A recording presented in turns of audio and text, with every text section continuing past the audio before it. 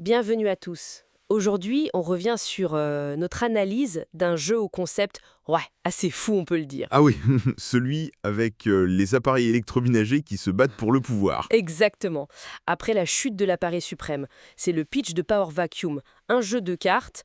On lui avait mis 3 sur 5 dans notre critique, hein. C'est ça. Et on s'était basé sur notre propre expérience, faut le rappeler. Tout à fait. On l'avait précisé dans l'avertissement de l'article d'ailleurs. Donc là, l'idée, c'est de décortiquer un peu ce qu'on avait trouvé, les mécanismes, le style visuel aussi, très particulier. Oui, et pourquoi selon notre papier, il vise un public assez spécifique, malgré ce thème qui, franchement, est plutôt accrocheur. Carrément. Alors, le cœur du jeu, comme on l'expliquait dans l'article, c'est un jeu de plis. Bon, ça paraît classique. Oui, sur le papier, on voit des cartes de 1 à 9, 4 couleurs, et puis ces cartes spéciales régime, là en marron. Voilà, les règles de base.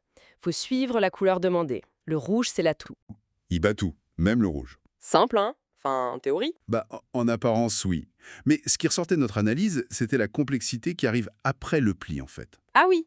Le gagnant, il doit choisir. Soit il prend de l'énergie, soit il garde une carte pour la manche d'après. Bon. Mais surtout, celui qui a joué la carte la plus faible. Oui. Lui, il fait quoi? Lui, il doit manipuler un panneau de contrôle au centre. Déplacer l'énergie via un câble, bouger le câble lui-même. Ah, d'accord. Et ça, on avait noté que ça ajoutait une couche stratégique, c'est sûr, mais aussi une charge mentale assez lourde, quoi. Pli après pli. C'est vrai que ça superpose les couches. Et il y a aussi les paris. On en avait parlé. Ah, les cartes But Secret. C'est ça, des objectifs cachés. Deviner quel appareil aura le plus de pouvoir ou le moins. Et le timing est crucial, hein. Si tu révèles tôt, ça rapporte moins de points. Mais si t'attends le dernier moment, c'est qui tout double, enfin presque. Faut réussir 2 paris pour empocher le gros lot, genre 14 points. Ça oblige à calculer en permanence. Tout à fait. Et tout ça pourquoi?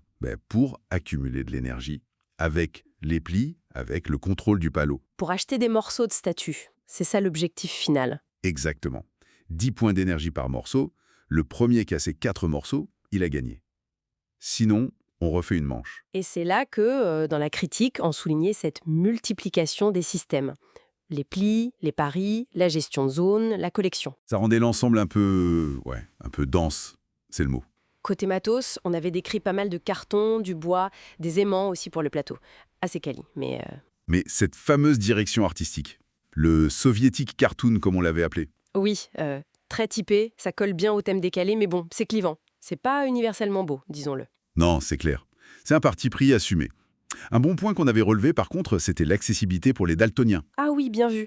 Avec les symboles distincts sur les cartes et tout ça, c'était bien pensé. Absolument. Par contre, le livret de règles, il avait pris un peu cher dans notre papier. Ah oui, un peu long, et puis les couleurs, la police, c'était pas hyper engageant, c'est vrai. Mais bon, revenons au verdict global de l'article. L'impression qui dominait, c'était vraiment celle d'une complexité. Peut-être un peu excessive, non? Si, ce mélange des genres plis, paris, gestion de zone, ça semblait alourdir le jeu plus qu'autre chose. On avait même parlé du risque de confusion, je crois, entre les couleurs des cartes et les couleurs des joueurs ou des zones sur le plateau. Oui, exact. Du coup, les points négatifs qu'on avait listés dans la conclusion, c'était assez clair, hein. Cette complexité, l'esthétique qui divise et l'expérience qui était moins intéressante à 2 joueurs en trouvé. Et la phrase choc de l'article, tu t'en souviens? Ah oui, l'impression de jouer à 3 jeux en même temps et de perdre aux 3. Ça piquait un peu, mais ça résumait bien le ressenti. C'est ça. Mais attention, faut être juste, on avait aussi reconnu des qualités. Le thème est vraiment original, il est fun. Oui, ça, on peut pas lui enlever. Et les mécanismes, même s'ils sont nombreux, ils essaient des choses un peu différentes du tout venant. Et l'accessibilité, on l'a dit, c'est un vrai plus. Du coup, pour qui ce jeu si on reprend les conclusions de notre article? Clairement pour des joueurs et joueuses aguerris, quoi. Qui aiment bien se prendre la tête sur des règles un peu touffues, jongler avec plusieurs trucs en même temps. Oui, et qui accroche au thème décalé, évidemment.